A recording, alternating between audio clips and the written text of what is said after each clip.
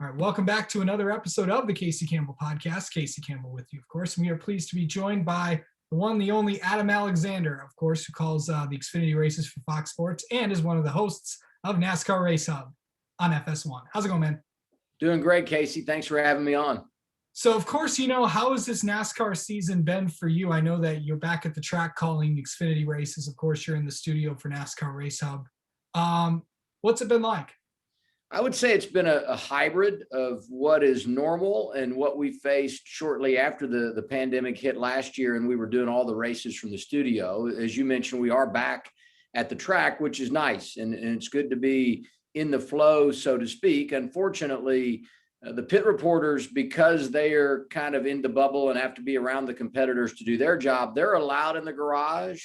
As someone who calls the races and spends our time in the booth, we are not. So we are still doing all of our interviews and all of our prep work, via Zoom or on the phone with crew chiefs and drivers and that sort of thing as we head into a race. Normally that time is reserved in the garage where you go down and you see the guys and you can feel the energy of the race cars and you can smell the fuel and the tires and all that. And we haven't been able to do that, and hopefully we'll graduate to that point. So I would say we're somewhere in between what we would consider normal and what we were faced with in those races that came following the start of the pandemic a year ago.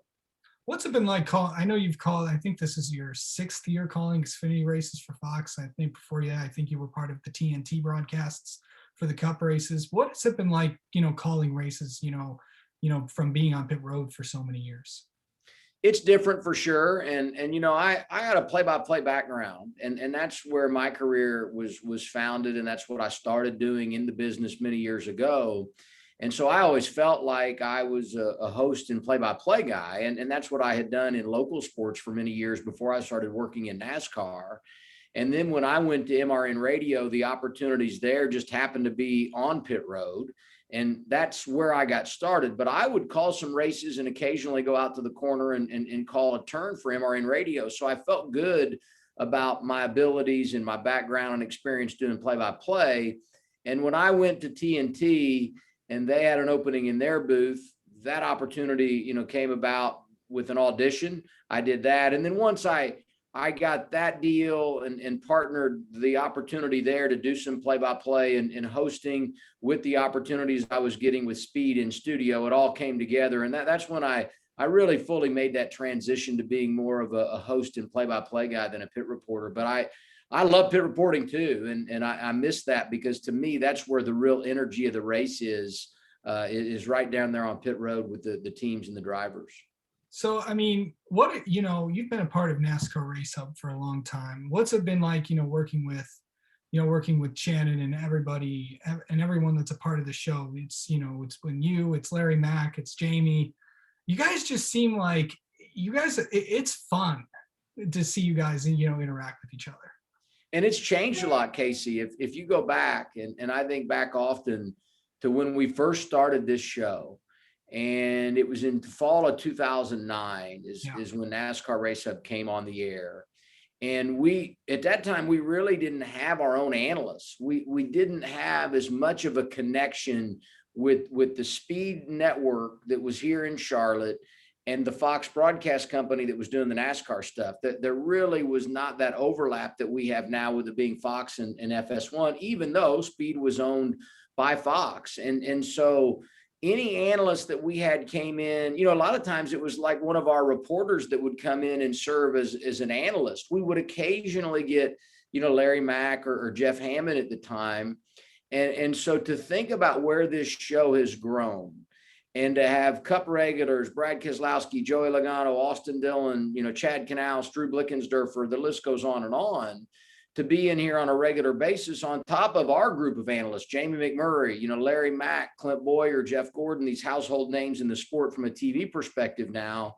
It's remarkable where this show is. And we're fortunate to have great personalities, which, as you said, creates really fun and entertaining television.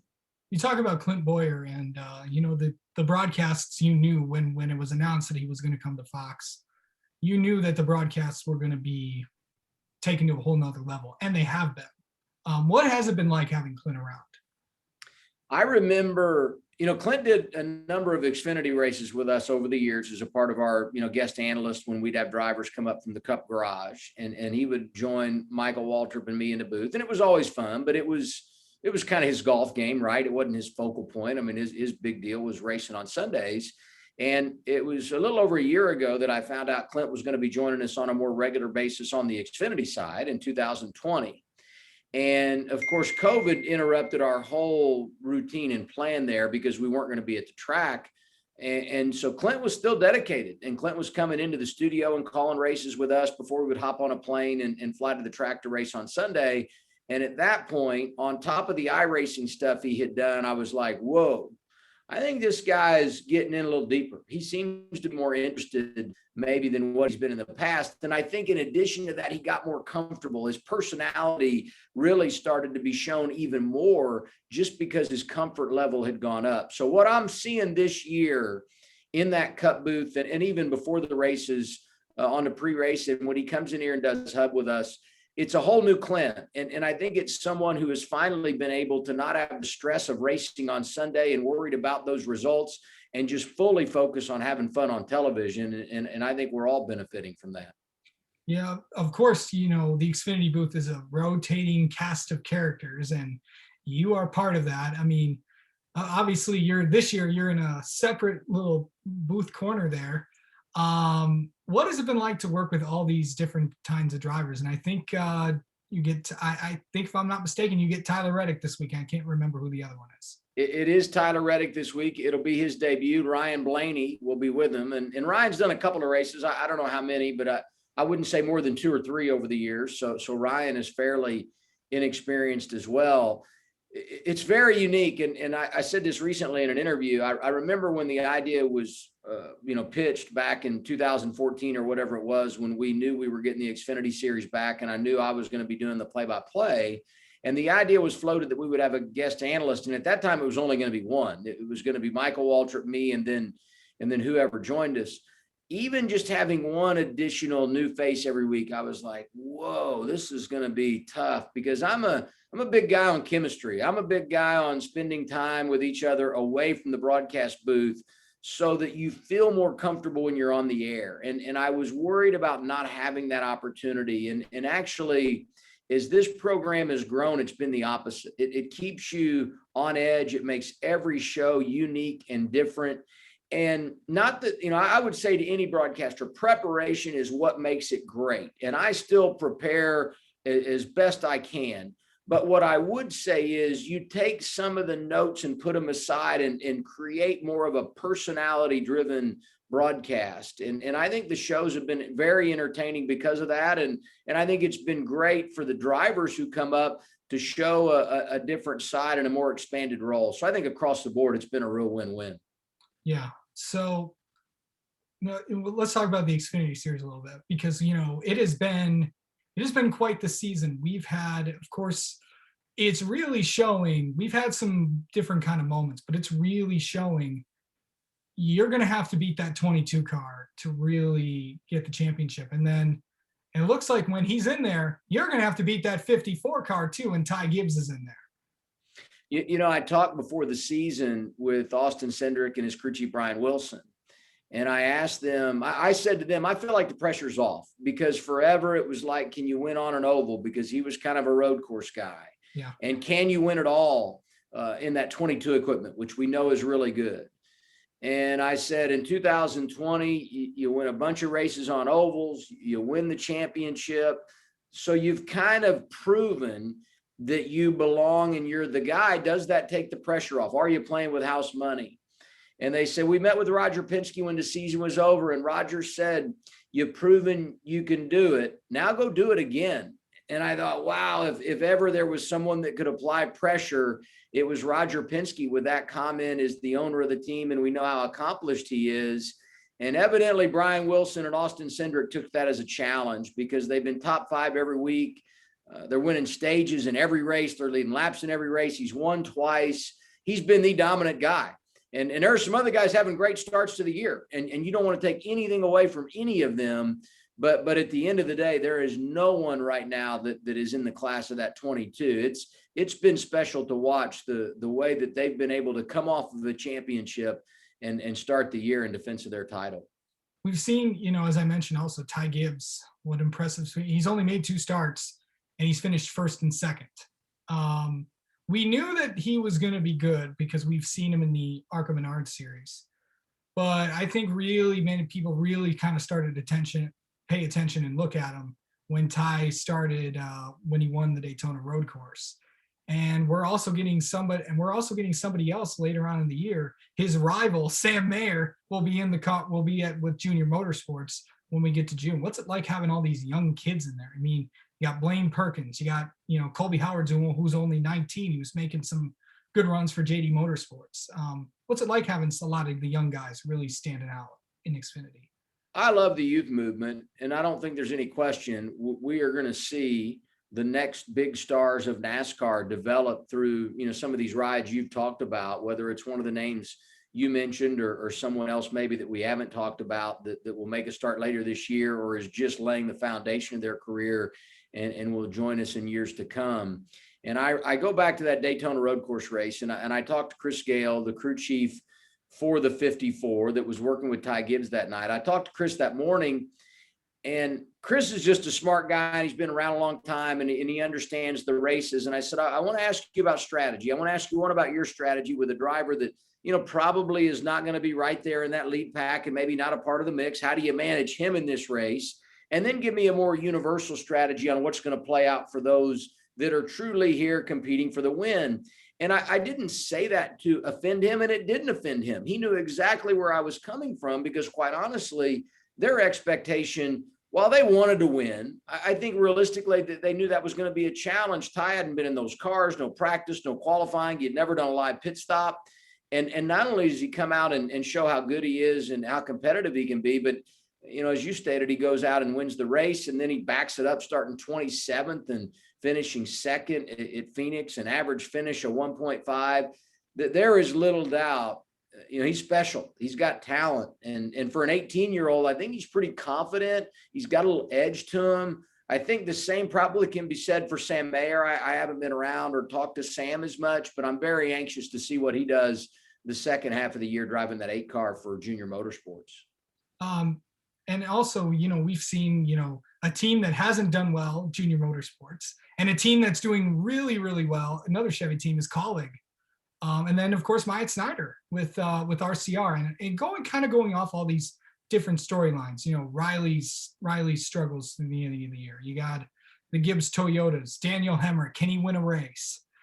There's so many storylines in the Xfinity Series. And then you have all these smaller teams, like Brandon Brown, career best finish. Bailey Curry, career best finish. Jeremy Clements, 4 top 10 in 6 races.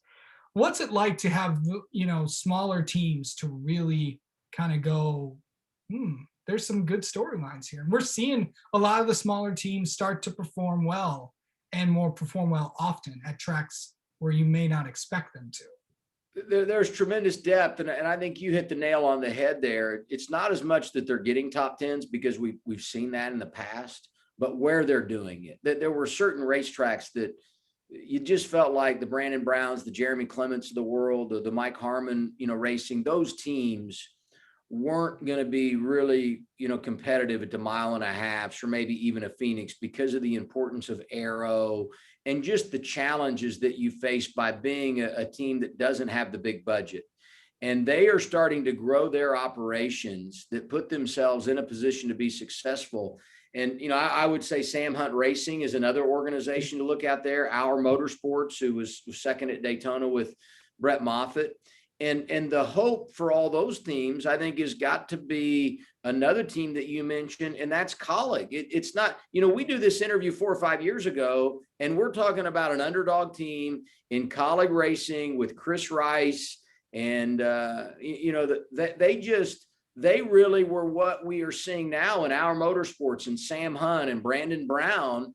And now they've grown themselves into a 3-car operation that's winning on a regular basis at all types of tracks, putting drivers in the championship 4. So across the board, I'm blown away by the depth. the growth of some of these small teams, and I'm anxious to see what's next. Yeah.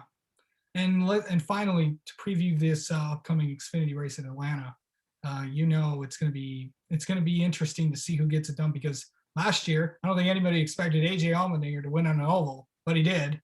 And that 16 team has been strong this year. Do you think they can? Do you think they can go do it again?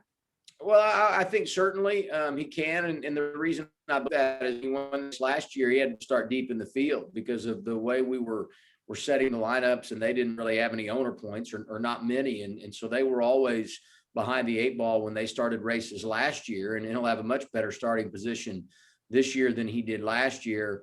I would say you have to watch Joe Gibbs Racing in Atlanta. They've got a tremendous history there. Martin Truex Jr. driving the 54 this week, and it's the first time he's run an Xfinity car since 2010. But I would be shocked if he's not a real threat.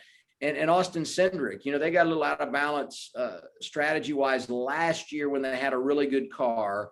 I would expect that Austin will be outstanding on Saturday. And Team Penske has never won in the Xfinity Series at Atlanta. That same stat was true at Daytona when we opened the season there. Austin changed that. And I know that team will be extra motivated to win on Saturday to get the captain his first Xfinity win down in the ATL. All right. Double A, thank you so much for coming on and talking with us. Have a good show tonight. I think you got Brad and Clint, which should be always an interesting pair. And good luck, and have a great call for the Xfinity race with Tyler Reddick and Ryan Blaney on Saturday. Yeah, certainly looking forward to the show tonight and the race this weekend. Thanks for having me on, Casey, and I wish you all the best.